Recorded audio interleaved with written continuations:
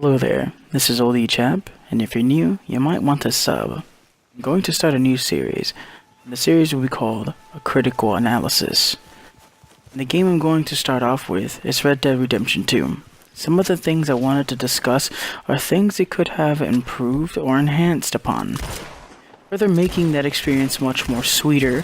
The mechanics really don't necessarily pan out well within Red Dead Redemption 2. It just feels like they ported over GTA 5's movement system with very little tweaking.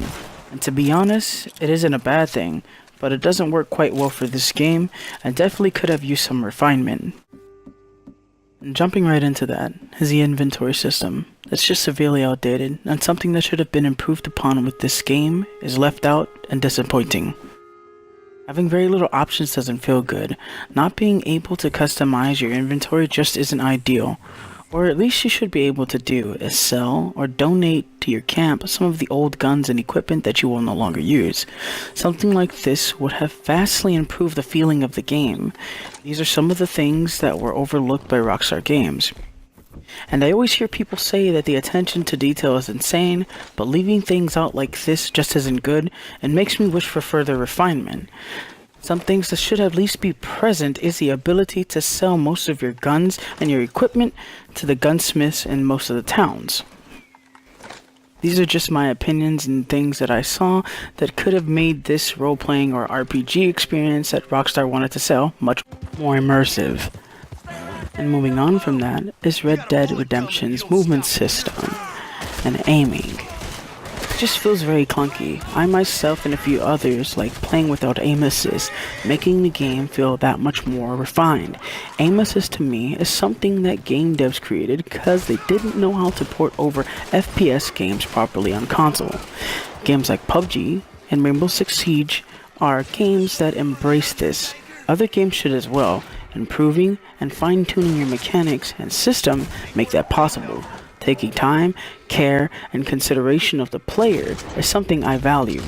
Disregard the obvious flaws with PUBG's frame rate. I'm just using their aiming system as an example. We'll talk more about that game another time. But as you can see from this clip and the other one coming up, I was struggling to aim for my horse, having such a big development time and budget. And not to forget the manpower to further refine the aiming system and character movement. Something of this importance shouldn't have been glanced over and looked at as a non-issue. To me, further development was needed for this title, and I'm pretty sure in the future they will release some patches for some of the topics that we are talking about. But as for now, we are stuck with sticking animations, slow response, and delayed controls. But I digress. I'm just pointing out some of the issues of this game. I'm not trying to take away the brilliant storytelling and character design. The very big open lands, vistas, towns, animals, and people make this game feel that much more alive. I feel as if the Deadeye system is an excuse for them to cheap out on really making the controls that much more better. Also, crunch time and deadlines could have also played a big role in this.